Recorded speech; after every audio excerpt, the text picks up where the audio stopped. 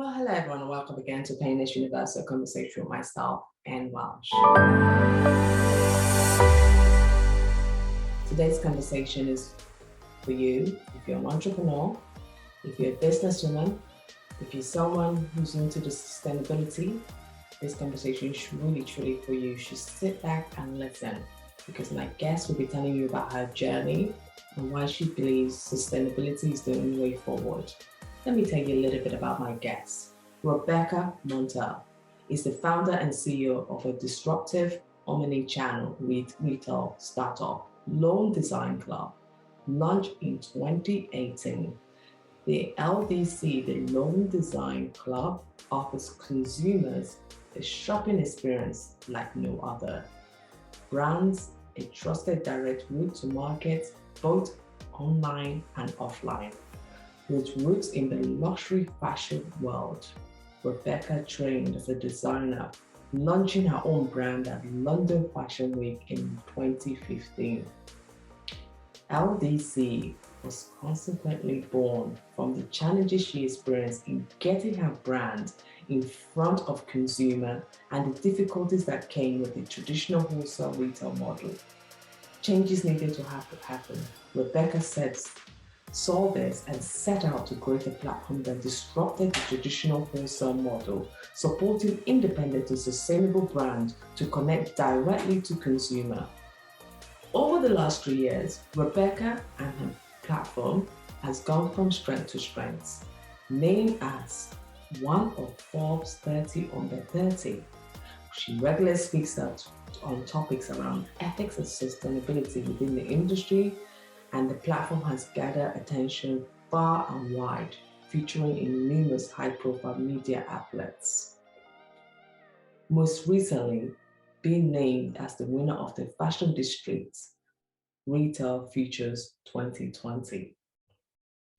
I'm super delighted to talk to Rebecca about her journey, a female founder, and what it means for fashion brands to be sustainable. What does it really take? Meet my amazing guest, Rebecca, as she shares her story. Well, hello everyone, and welcome again to Painless Universal Conversation with myself, Anne Welsh. As I said in the introduction, this conversation is really about, she's so young, 30 under 30. How many of you have achieved that? She'll be telling us about her journey to get recognition. And also, as an entrepreneur, how she's built her business. Rebecca is here. She is the founder and CEO of Loan Design Club. And she'll be talking about this as well. Rebecca, how are you today? I'm good. Thank you for having me. This is very exciting. I'm really, really excited to have you, because when I read through your work, you started your company. Before you started this, you were running pop-up stores. And that led you to see the need, the gaps, and you decided to utilize that idea that you found and the gap into creating this company, the Loan Design Club, which is an amazing platform which you've just done. Before we get started into any of that, Rebecca, who are you? It's a very good question. Who am I? So I am 31 years old. I live in London. I was actually I grew up in New Zealand, which surprises a lot of people, because I obviously now work in essentially the fashion industry, in business and retail and e-commerce. But interestingly, I actually grew up on a farm. So my roots are very much in mucking out stalls on weekends, riding horses, pigs, cows, you name it. It was very much a kind of country lifestyle.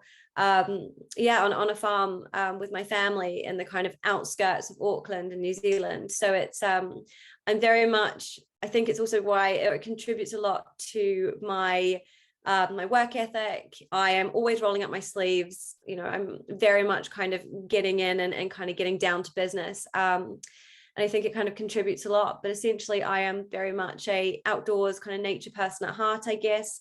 But someone who really loves the city and creativity, and that's what brought me to London. And what it had to offer was being able to explore all these amazing opportunities here in the entrepreneur field, in fashion and art and creative. So I'm very much, I guess, a bit of a hybrid of those two kind of backgrounds. That's really amazing. I mean, you're really hands on deck, because I think that the farming experience just taught you that, it's a messy world, it's dirty, it's a go, you just have to go ahead and get things done. And there you are transitioning to fashion now. And this is a whole new world. But the way you're looking at fashion is not just looking at fashion from what we wear, it's also looking at the fashion on where it comes from, sustainability, Yeah. long-term use of our clothes as well, and you're focusing on designers who are working heavily on that space. Let's go back to New Zealand days. When you moved over when you came from New Zealand back to move into United Kingdom, you came to study fashion design. Mhm. And after that, you got graduated into collection that were worn. I think during your graduation, your collection was worn by celebrities, including people like Lady Gaga and Jessie J. I can't believe, how did you get into, when you're in graduate school, to, for this is a farm girl coming in from New Zealand, and all of a sudden you're getting outfits in graduate school in fashion worn by these high profile celebrities. Can you just tell us the story? How did that come about? Yeah, it's all a bit mad. So I moved over when I was 19, and I studied at UAL, so University of Arts London, women's wear design. Within that, I was lucky enough to do various internships or experiences in New York, Alexander Wang, Simone Rocha, Graham Armour, so various really amazing and prestigious fashion houses, mostly in the luxury sector. So I was learning a lot constantly, and I had a lot of hands-on experience.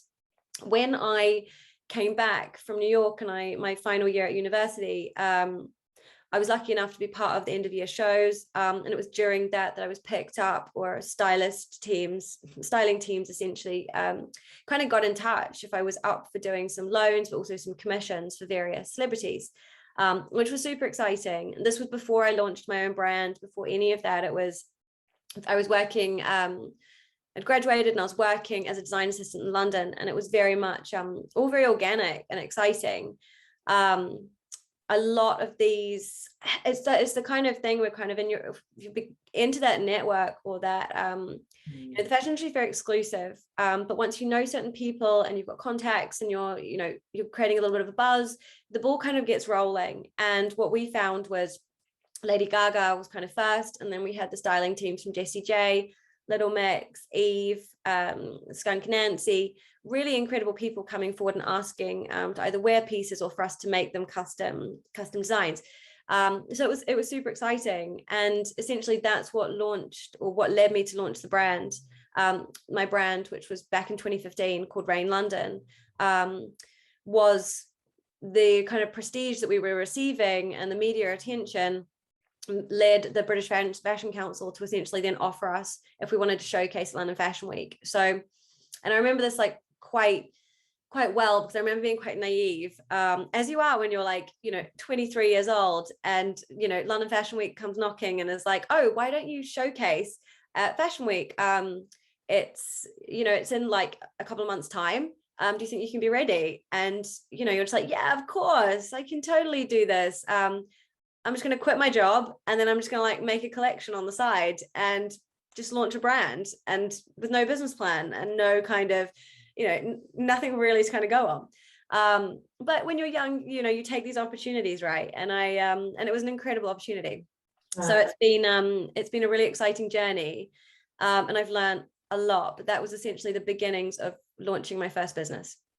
I love that. I love that you started with that the journey, you were young, you took on this adventure and opportunity that came your way, because so many people shy away from this. They start thinking, I don't have this, but not knowing that the beginning of your success is when you fail. You have to fail, things have to go wrong, because those are the better ways to learn it. When you look back at those times, because anyone, a young person listening right now who's just taken on something like you did, many young people go through that pain of sourcing fund, gaining experience, and learning more to launch their own label, right? You just did this, you had this wonderful opportunity, and then you had the opportunity of doing something big. I'm not quite sure how you did the opportunity of actually sourcing the fund, getting the team to work around the clock to get the thing ready. How did you get yourself ready for the journey of launching your own label? I mean, it was so much more unglamorous and less exciting than how you've described it could be. I started working with a friend who I was at university with, and she was amazing. So we basically kind of teamed up. She was on the more kind of production side and I was on the more design side. So it was a natural, a really good relationship, a great fit. It was essentially the two of us, and then we were using factories to obviously manufacture, and those were contacts that we had from our being in the industry. So it was a lot of outsourcing. It was, I mean, when I look back now at the way I approach my day and the way that I look at what's important to me in my day-to-day professional life now, and I look back to the way I approached it then, I just feel like I was mad. There were days where we would do 2 days without sleeping. You would work through the clock, and it wasn't just me, it was actually the industry. So I think back to some of the jobs I did, even when I was in New York, Alexander Wang, even as like interns and various internships that I did, you were working around the clock, you were doing weekends. It was about work hard, not work smart. Now I have an extremely different approach where I can get a lot more done. And I know myself that if I am actually happy, healthy, and content, I can get a very solid, good hour's work. Back then, I probably would have taken me 12 hours because you're exhausted, you're mentally drained, you're going on coffee and no sleep. I mean, it's not humanly possible. But back then it was, I thought I was invincible. I think the longest I did without sleeping, which is awful to admit, but I'm pretty sure there was one time where I went 3 days because we were working so hard. This wasn't for my brand. This was at a company I was at. But it's madness. And you think the quality of work produced surely must have been subpar. It was nowhere near with when your brain is that tired.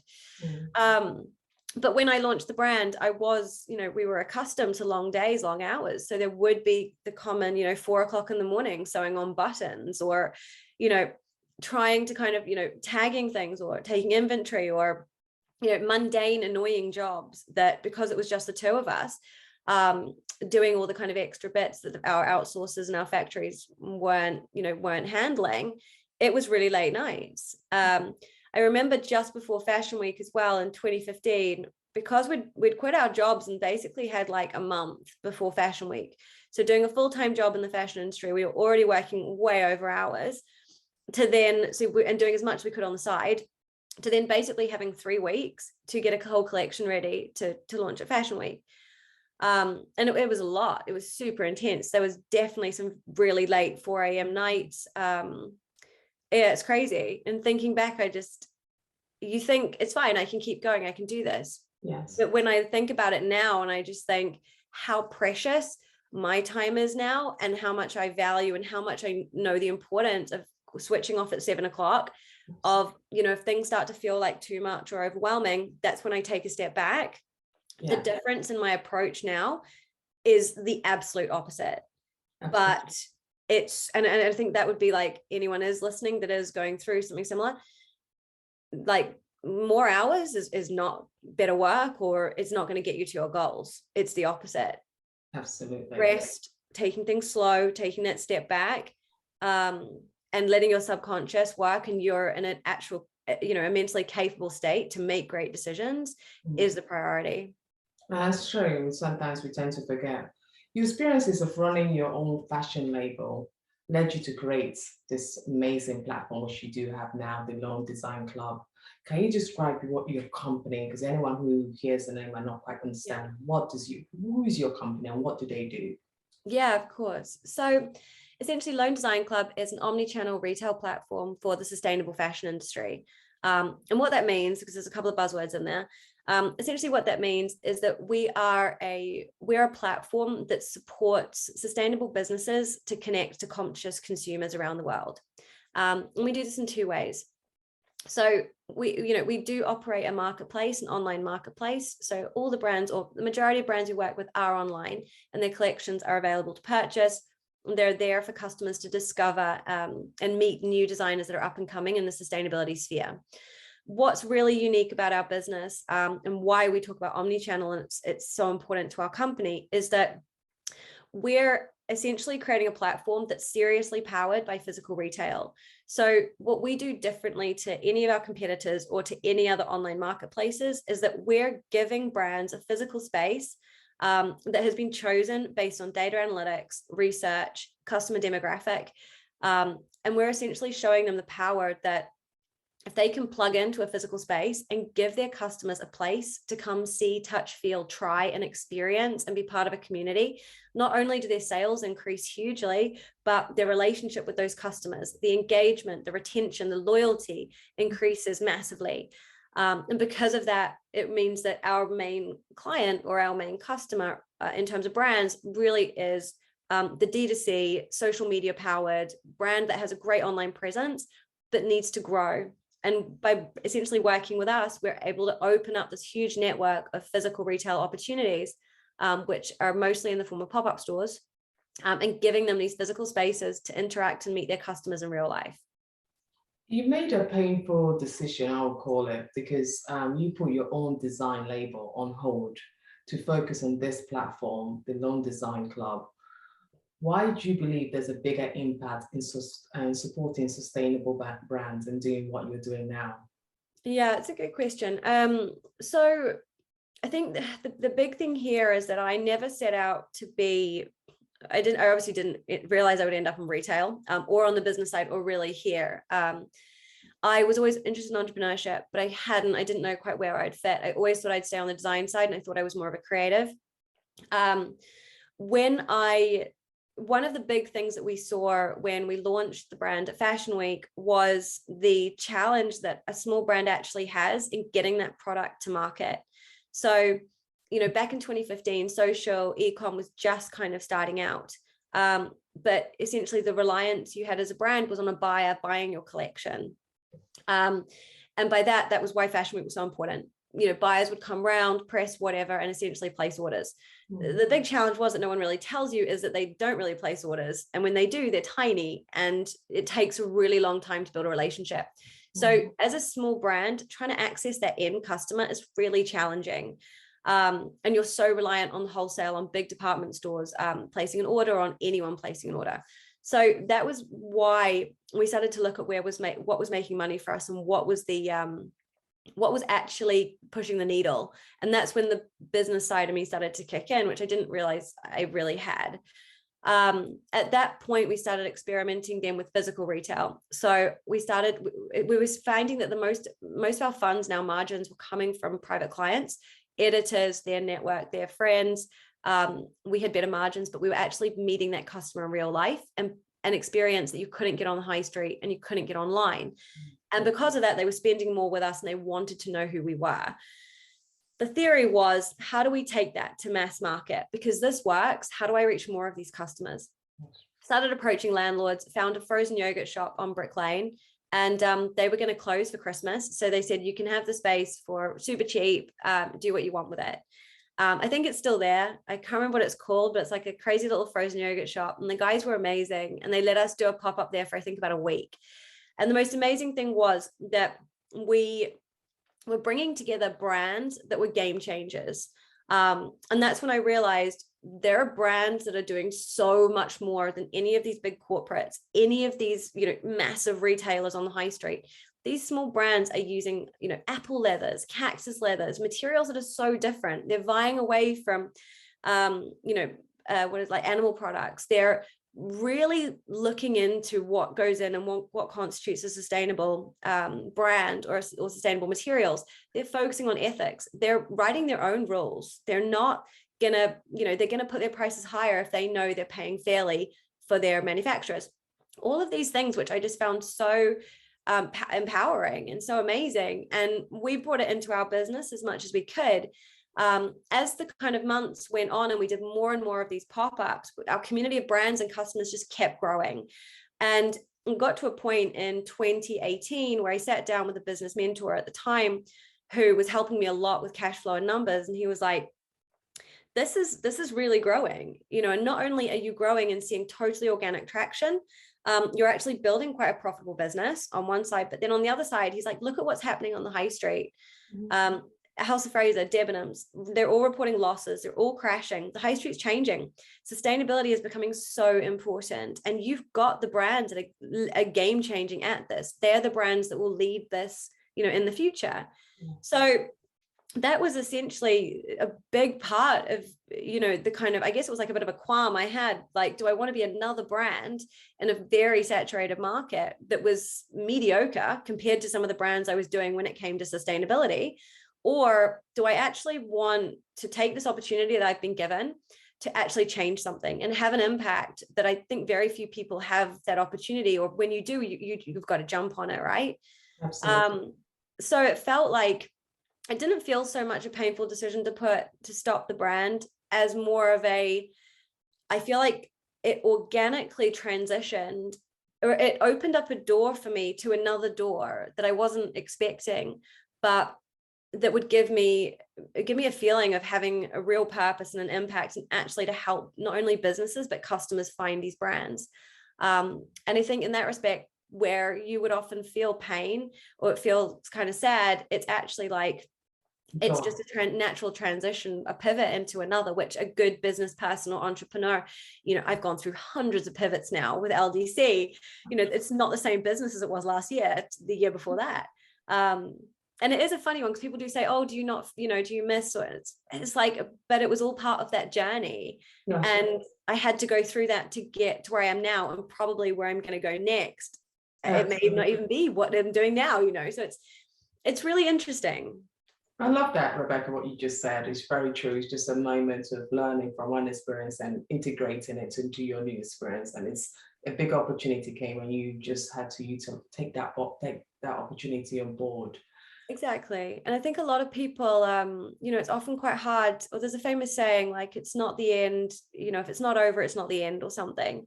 That's and true. It can often be like, if and we speak about failure, or we don't speak about enough, but we should speak about it more, especially in business. Things fail all the time, but they're never really failures, because they're just stepping stones to, the next step. Something better. Yeah. Or what's supposed to happen. And you can't have success without going through those failures or mistakes or the bits that hold you back, because that's what creates success. It's the way to quantify it, right? So I don't know, I find it really interesting, but I totally, there are days where I'm the pain and I'm like, oh my God, this is so hard. Or I've been there where it's like rock bottom and you're like, I can't, this is it. Yeah. This is it.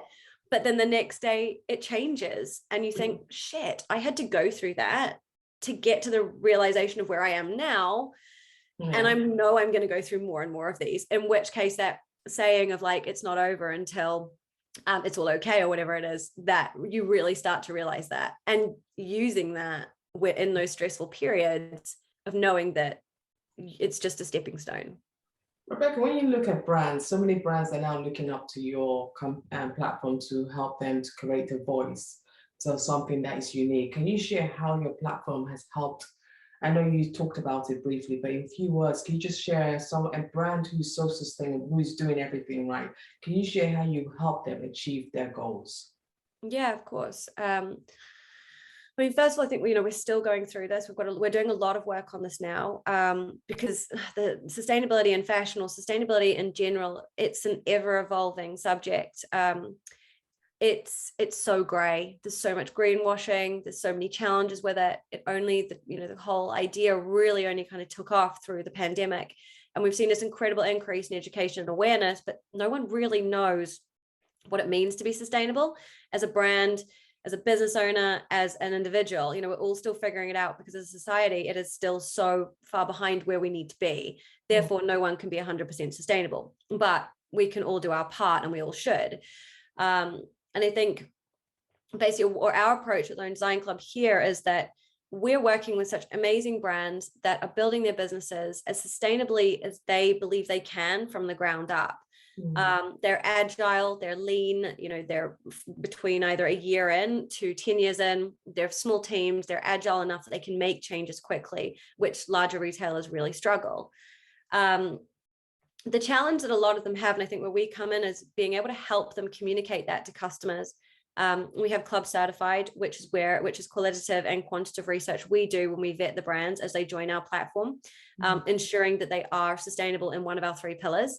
We don't expect brands to be 100% sustainable. As I said, it's totally impossible, but having an approach, and actually what we prefer is a brand that puts their hands up and says, like, we're definitely not doing great everywhere, but when it comes to this one aspect of our business, I can stand here and 100% tell you, and I can show you all the evidence, the certification, the metrics that I know that we're contributing to, I don't know, whether it's like,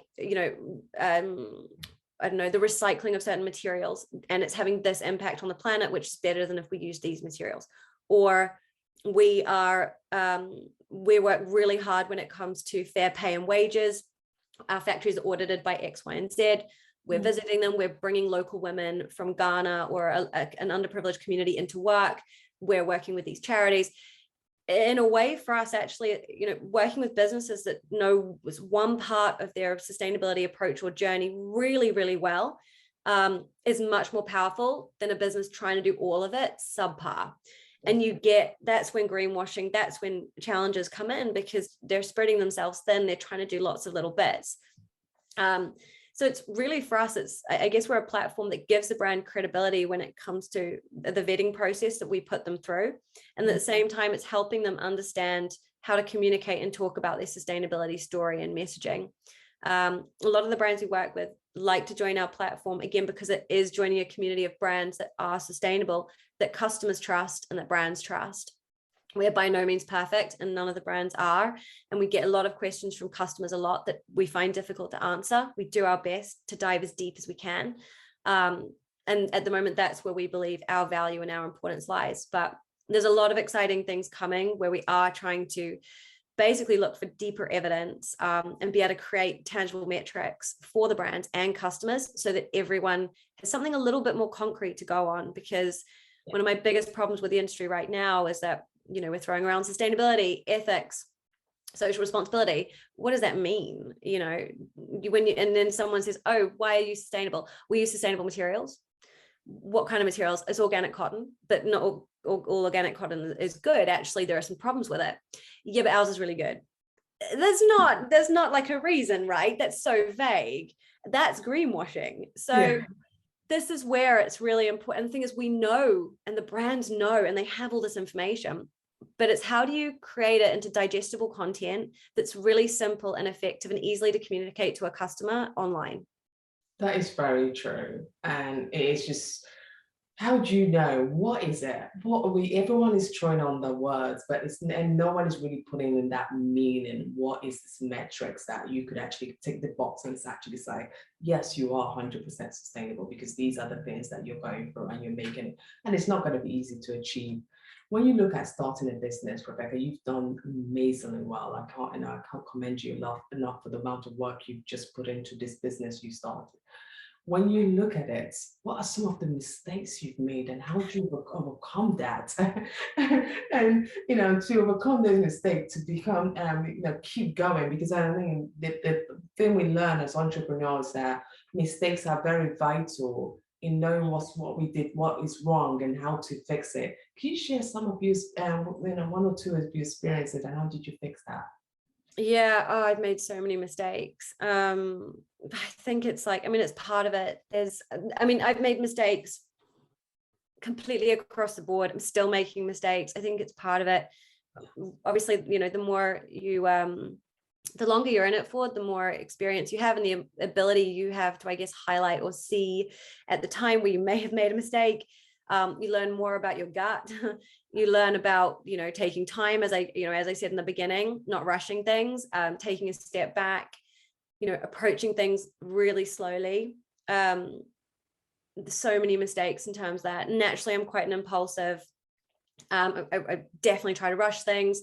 I'm kind of like, a go-getter. I'll go out there, I'll do it. I'm open to risk. I'm open to a challenge, which obviously has, its cons as well. It means that I'm, really rolling with it. And, in the past, I've made decisions that if I'd actually waited or taken time, it probably would have made a much better one. I think it's really difficult to sit here and say where I made mistakes, because at the end of the day, every mistake I've made has put me down a path to learning something very valuable that I wouldn't have learned. And I probably would have made the same mistake, just in a different way, and ended up in the same position.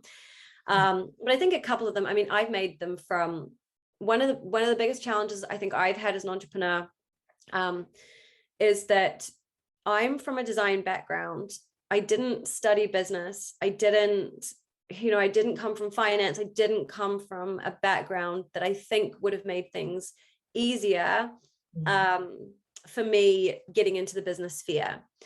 And as a creative, coming from a design side, which really isn't that important when you're running a business, it has its pros, but there's a lot of other skills I've had to learn really fast. A lot of reading, a lot of painful reading, a lot of quick courses, a lot of talking to people, a lot of mentors. There's a lot there that I've had to learn on my feet. And because I've made a lot of mistakes. I think the biggest kind of mistakes or things that I think other people can avoid are, I think a big thing is governance. So from an early point is being able to, having the right people around you that you really trust. Yeah. So that when you're building out a business and you're approaching it for the long haul, organically and rolling with things naturally is great, but having that governance and structure from the get-go. We talk a lot about processes, which I love now. I didn't have any in the beginning, and I didn't think they were important. And I was like, it's fine. I know how to do this. It's in my head. How are you going to replicate that across a team when it's all, completely in your head? And I remember being in a pitch and one investor saying something to me like, this is all very good and well, but how are you going to clone yourself 10 times? It's not possible. And I was young and I was like, just train them, just write it down, write a book, a guidebook, and you just train people. It's so easy. Yes. I could not have been more wrong. It's people are the hardest and the best part of a business. Get it wrong, it will seriously hurt you. Get it right, it is the most rewarding, and it feels so good on a personal and professional level.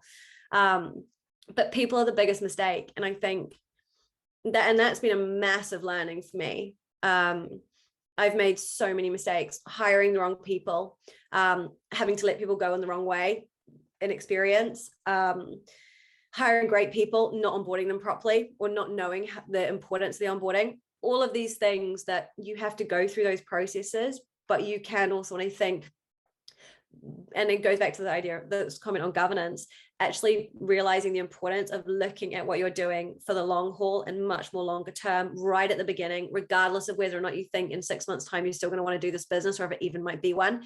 But It is important because it sets the precedent for how you're going to potentially build that company. And if you don't do it, it doesn't matter. You've got a great little playbook that you've got. But I rolled with a lot of things. And I think my big learning now is always process, structure, and take time to get that governance really, really right, because little things in the interim are really good and taking opportunities and doing things, but you can't get to a long-term goal without working out a process that has the structure to enable you to scale and to do it effectively. Yeah, that's very true. Today, brick and mortar are very expensive. I mean, to rent a retail space, a lot of people, especially new designers, cannot afford them. And this is causing so much challenges. Where do you start? How do you get people? Because normally with the brick and mortar, if you're in the right location, you get the people traffic. This is the way you advertise. You let people know you're out there. Now, a lot of people are heavily relying on the internet to sell their product. Yeah. How does the modern technology help with this issue of the brick and mortar? How is it solving that problem? Yeah, so I mean, this is what we do at Lone Design Club. And this is essentially the kind of, I guess, the backbone or the DNA of the business. What's really at its core is essentially, yes, we are a retailer. We sell these amazing sustainable brands, but the true value in the company lies in the data analytics and the intelligence that we hold and that we provide to our brands and our landlord partners.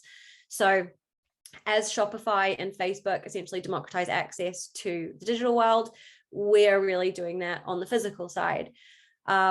And because this is a huge challenge, I think the first point to this is that omni-channel retail is the future. We're seeing all these online businesses, Warby Parker, Gymshark, Glossier, Bonobos, Farfetch, investing heavily now in physical retail as we come out of the pandemic, because they know that they can't run or they can't grow a business purely online. That physical element is absolutely key. As we've spoken about, for experience, community storytelling, it really is crucial for a brand, as you said, to acquire customers, to meet those customers. And if you can get the location and the customer demographic, the seasonality, the price, everything right, the results can be absolutely phenomenal, and seriously power brands' growth. It is expensive. And that's where we come in, is that we provide multi-brand access to the best units in, at the moment, London, UK, and then Italy and China. And that basically means is with our platform, you are joining a store with 30 other brands that have been curated and selected based on brand alignment that aligns with the location, the local demographic, the seasonality, the price points. All of those factors are considered to ensure that there's that alignment. And by joining with other brands, you're not just benefiting from the organic footfall, but you're benefiting from the cross-marketing that comes with all those brands. And that's what's really key. It's great to have passers-by and organic footfall, but it often takes a customer 3 times to recognize and to connect with a brand visually before they'll make that purchase. 80% of customers that shop at LDC began their journey from attending one of our events. It's major, and it shows the power of that community and that experience element before you get to a transaction. Nice and liberal. Yeah. So for us, like, obviously the high street is hugely important, and we believe it is the future of retail, effectively combined with the digital worlds. But it is important for brands looking to go down that route that they've done their research, that they know where, what locations and what brand alignment is going to work for them. And they need those insights, because without that, you could spend, as a brand alone, you can go to a booking site and spend thousands and thousands on a pop-up space. If you're not going to get the return, if you don't have the marketing capabilities, it's wasted money. And it's a shame, because physical retail is so powerful, but it has to be done right. It has to be done based on the right analytics. And if you're not ready to take your own space because you don't have the audience, collaborate with other brands. Rebecca, your Forbes 30 under 30, that is a massive achievement, to be named in the Forbes 30 under 30. What has the recognition meant to you? Yeah, it was really amazing, actually. It's quite a funny one. I actually remember when the application went in for this, because I didn't do the application. One of my, I think it was one of my employees that did it, and she did it as a bit of a laugh. We were in the office, this was years and years ago, and she was like, oh, the Forbes 30 under 30 is open. She's like, you're under 30. Let's just, I'm going to pop you in. And I was like, very funny, haha. And she's like, literally like 5 minutes later, like, done. I mean, who knows, and we didn't even think about it for like 6 months. And then suddenly I got this email saying, you're in the finals. Can you fill out all this information? And the hilarious thing was, we were so busy. The night before the application was due, I was with my partner at the time, and I thought there was just one page to fill out. So I'd copy and pasted the information. I had our PR manager check over it. And then I was like, great, we can hit submit. And then the minute I realized at the bottom, it wasn't a submit button, it was next. And I was like, oh my God, this is a whole application. This isn't just like a one page that they want. Something like 30 pages of like really quite specific questions. So I literally, my poor partner at the time, I was like, I need you to help me. And already this was like 11 o'clock and it was due by like 10 the next morning. And obviously we had to sleep. So he stayed up with me until like 3 or 4 a.m. going through every single question and helping me like write really good answers. Cause I didn't have, we were so busy. I had completely like messed up on the application, but it all, was for the best because it all came through. And it was an incredible recognition. It's such a wonderful community. The Slack channel is amazing. The people that you're exposed to are fantastic. It means a lot as well to a lot of people. It's helped me get a lot of speaking roles. People really do, especially being a woman that's quite young in business. It's helped a lot. It gives a level of credibility that you do need. I mean, especially as a woman in business, you need we need all the help we can get. Absolutely. Anything. Yeah. Yeah, especially when we're going into like a boardroom with a lot of older men, or we're pitching, or we're doing investment. It's really tough. It's tough if you're, if you're a, I don't know, middle-aged man from a privileged background at the best of times. But, as a woman, if, depending on your background, everything, it's really difficult. So the more accolades like this, they do really help bolster the fact that you should be in that room and you do have something to say and you've been recognized. There's more female founders. Does it, having more female founders like yourself, does that really help? In terms of just like, as opposed Between to having them and having them as mentors, or having them in terms of, because then we always talk about the gap. There's more, yeah. obviously we know there's a more male founders, but having more people like yourself who are founders of entrepreneurial companies, does that help? Yeah, definitely. I think the more and more women we can get into, entrepreneur or like C-level roles, the better. It definitely helps. It's also quite tricky. It's you would. It's quite a difficult. I think it's quite a controversial subject, because on one side it is very helpful and it is good, and I've met some incredible women who are just incredible support, mentors, advisors, just incredible people that have been so important to my journey. But there is still, I don't know how much I should get into this, but there is also still, unfortunately, an air of some women who have made it and have really fought their way up there, and it's not the most supportive ecosystem on the other side, which I find quite fascinating, and it is quite sad. I can help you here, because I think there is a lot of women some women make that top, and I think that struggle, I call it the struggle pain. You've gone through so much pain to get there. You're so scarred by it that you don't even know how to open yourself up to help others get to that same position as you are, where you are, because you're so scarred on the trauma you went through that you haven't healed yourself. And you don't realize, and then you almost want to be mean in a way that, oh, if I went through all this pain to get here, you have to go through it. You should go experience it for yourself. So that's the way I describe it, in a nice, painful way. That's exactly it. You've completely described it exactly how it is. And it's interesting. It's really fascinating. And I can see how, but it's also, I think it's a shame. And it does feel like it's changing. But in some ways, it can also be that there is a group of women that's in a way more difficult to actually speak to and to get support from than even like these, the male kind of counterparts that we're constantly saying need to give us more opportunities. It's a fascinating area. It's quite a difficult one to navigate. But it's, but there are also so many incredibly supportive women out there. I do also feel that as challenging as it can be in those situations, it's a good bit of perspective to know that I don't want to be like that. And that when I get there, definitely not there yet, but if and when I can get to that level, it's a good kind of check, isn't it? To be like, I want to be extremely supportive. I want to help, anyone up. I want to do my bit in what I can, because I don't want to become that. Yes, I love that. And that's something I've always worked on with people, to really encourage them to be the best version of themselves even when they're up there, and not to forget that it's a process. But if you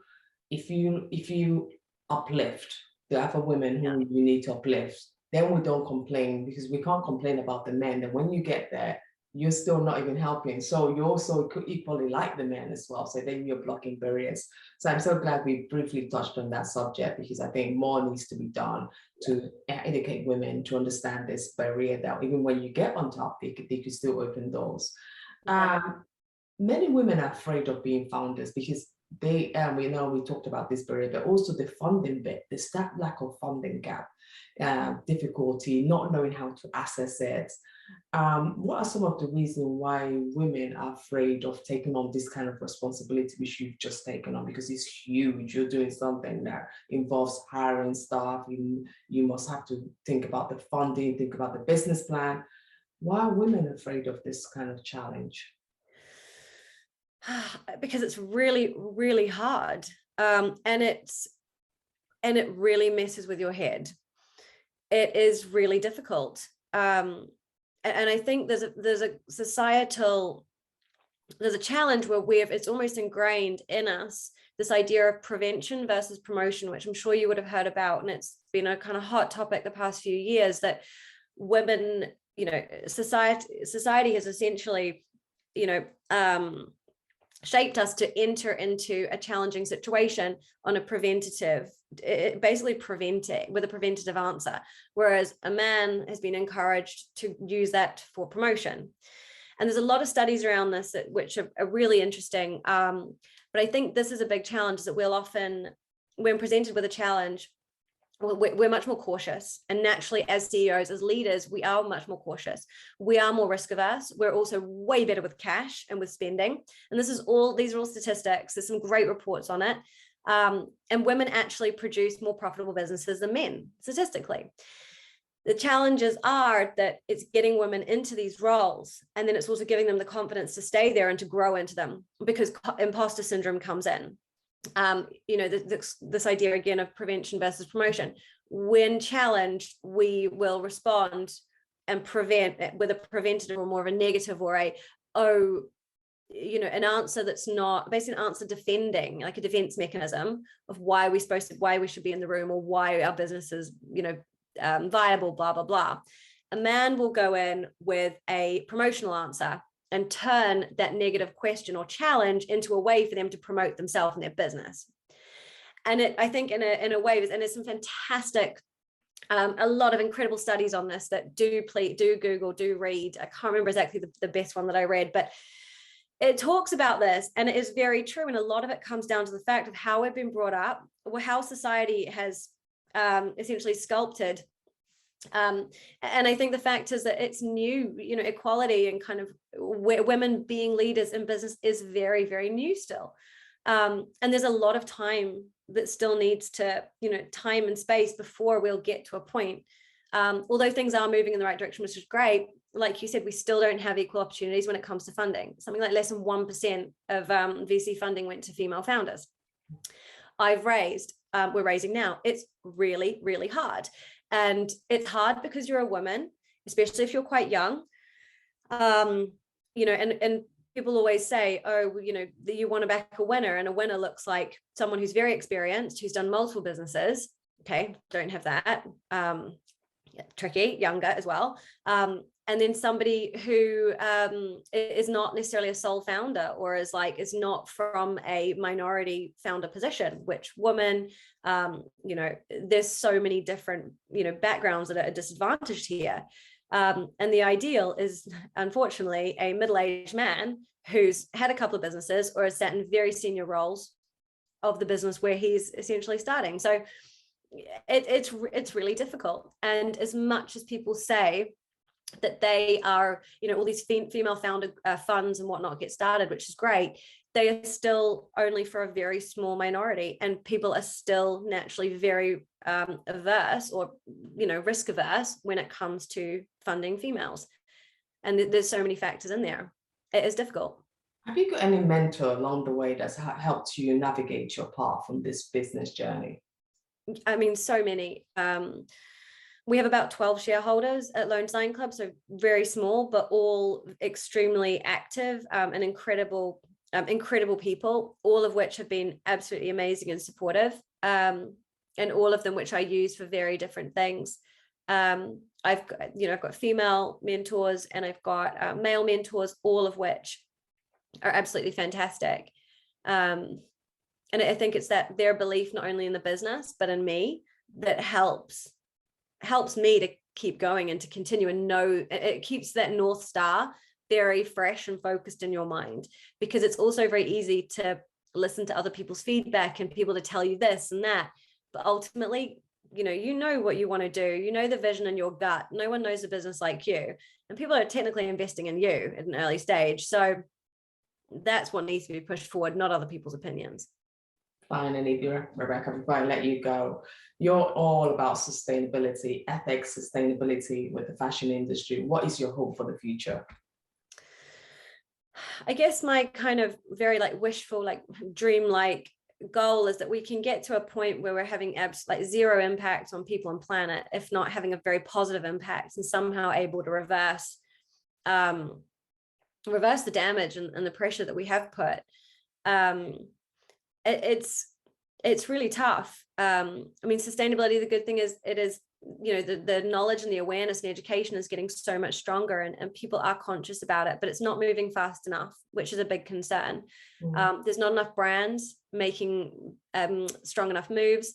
There's not enough customers standing up and questioning things. The fast fashion industry is booming far too much. You know, across Black Friday last year, Boohoo, a Pretty Little Thing or something, did like 1p clothes, or stuff was free. That's not a world any of us want to live in. You know, the damage that is doing, not only to society but to our planet, is irreversible. And it's saddening, and it's horrible to see that people are still not waking up to the fact that we are destroying this world. I had an interesting conversation. I was out for dinner with some friends the other night, and we were talking about, I'm at the age where everyone has kids basically. So, and a couple of friends were talking about having kids, and one of them was like, oh, I'm not interested. And I was quite surprised, like, oh, you don't want to have children? And she was like, do you want to bring kids up in a world that's literally, they're going to be the end? And I was like, wow, I mean, yeah, that's, you know, completely fair point. And I think I'm hearing this more and more, that actually, you know, a lot of people do feel like the next generation is completely screwed. You know, if not in our lifetime, something happens, and our essentially the next generation or our children's lifetime, it's going to be absolutely awful. And I just think it's starting to set in that the damage that we've done is becoming irreversible. And it gives a lot of perspective, right? It brings it back down to earth when someone says that I don't want to have a family because I don't want to essentially bring them into a world that's probably going to be the end. The end. And which is quite frightening. It's true, because when you look at it that way, it actually is very frightening that people start seeing it this way. And it's all about what can we now do collectively, and not just talk about it, but really do things, put actions where mouth is, because I think there's so much talking going on, but there's a very little being done. Because when the opportunity comes, people always look for the cheapest way out. And how do we get the mindset to change and appreciate the clothes, appreciate that you don't have to have so many, appreciate that you ask questions, where does your clothes actually come from? Appreciate that you ask questions about the climate, the environment, what the sustainability is. And you know, your work, Rebecca, is really phenomenal, what you're doing, because you are shining. One, you're helping designers. Two, you're talking about sustainability. Three, you're protecting our planet. I could go on into numbers of what you're doing. And I really do hope you keep this going and build it into a much bigger platform than it already is. And thank you so much for your time, because this is such a delightful conversation to have. Thank you. No, thank you. It's been a pleasure. It's been really great. Thank you for having me. You're welcome. Thank you so much.